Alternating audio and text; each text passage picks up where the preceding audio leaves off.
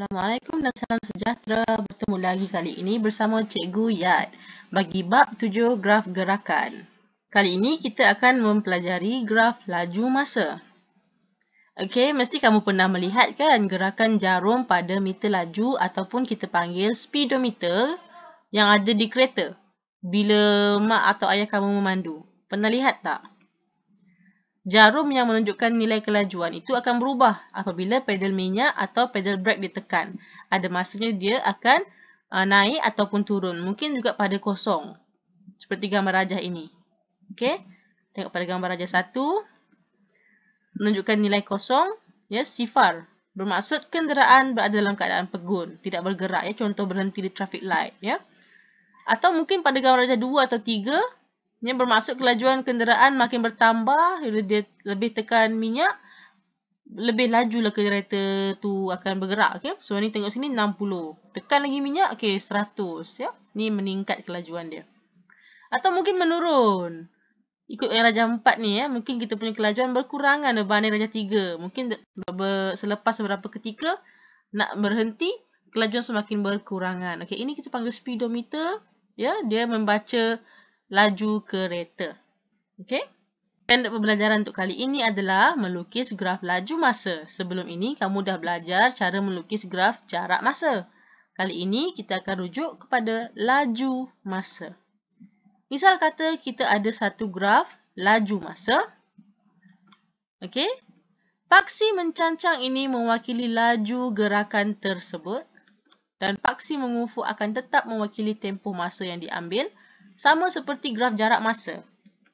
Kecerunan bagi graf yang terhasil ini, kita akan panggil kecerunan itu sebagai kadar perubahan laju terhadap masa.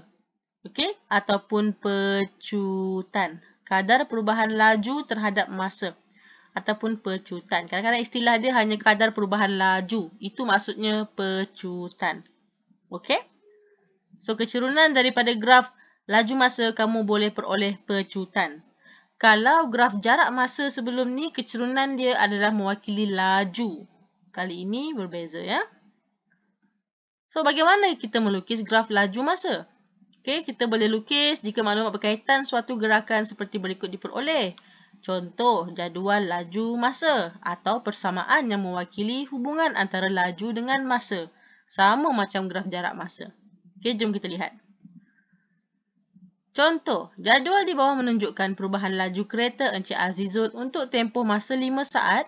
Lukis graf laju masa berdasarkan jadual yang diberi. Ini dia. Okey, masa dalam saat, laju meter per saat. Okey. So, pertama kita kena pilih skala yang sesuai bagi mewakili laju dan masa yang diberi. Kita rujuk kepada jadual yang dah diberi. Okey. Kita ada peningkatan bagi masa sifar 1 sehingga 5. So, di sini kita punya asalan. Paksi X atau paksi mengufuk adalah masa dalam tempoh saat. 1, 2, 3, 4 dan 5. Pilih skala yang sesuai, ya. Untuk laju, kita ada sifar hingga 50 pertambahan selang 10. Okey, so paksi mencancang Y laju meter per saat. Sama je simbolnya, sama. 10 hingga 50. Okey, dah selesai pilih skala yang sesuai. Kita plot titik yang mewakili pasangan nilai laju dan masa pada kertas grid atau kertas graf. Okey. So, kita ada 1, 10. 2, 20. 3, 30. 4, 40. 5, 50. Okey, pertambahan dia sekata je.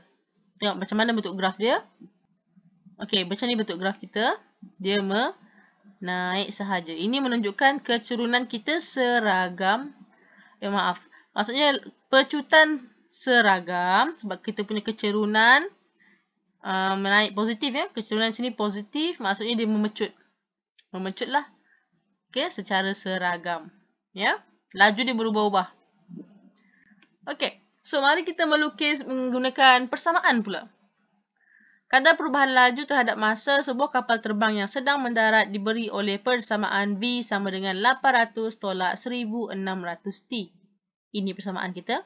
Dengan keadaan V ialah laju dalam kilometer per jam dan T ialah masa dalam jam. Lukis satu graf laju masa yang mewakili pendaratan kapal terbang tersebut untuk tempoh 0 hingga 0.5.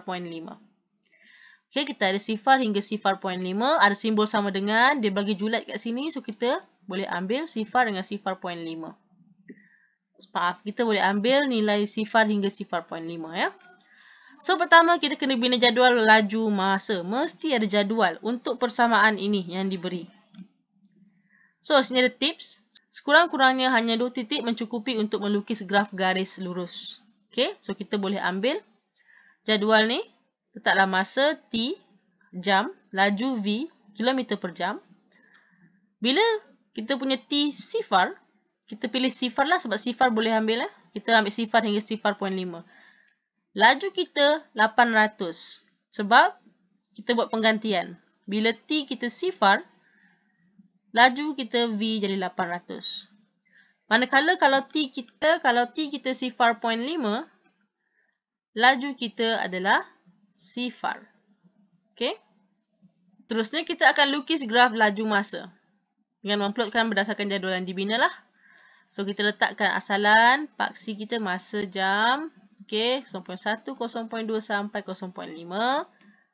Paksi mencancang laju kilometer per jam. Letaklah 2, 4, 6, 8. Kita pilih skala yang sesuai ya. Next, kita plotkan 0.800 di sini. 0.50 di sini. Dan kita lukiskan. Okey, so ini menunjukkan kecerunan kita negatif. Iaitu nyah pecutan. Nyah pecutan. Negatif ya, sebab dia akan lama. Dia makin diperlahankan sehinggalah dia berhenti. Okey. So, inilah graf kita. Mudah ya. Yang penting kita mesti ada jadual dahulu. Apa-apa pun mesti jadual. Ya. So, kesimpulannya. Yang pertama, untuk suatu graf laju masa, diulang semula. Okey. Paksi mencancang adalah laju dia. Paksi mengufuk mesti masa.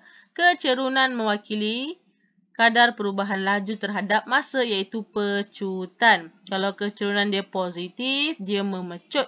Kalau kecerunan dia negatif, dia nyah pecutan. Okey, itu sahaja bagi bahagian kali ini.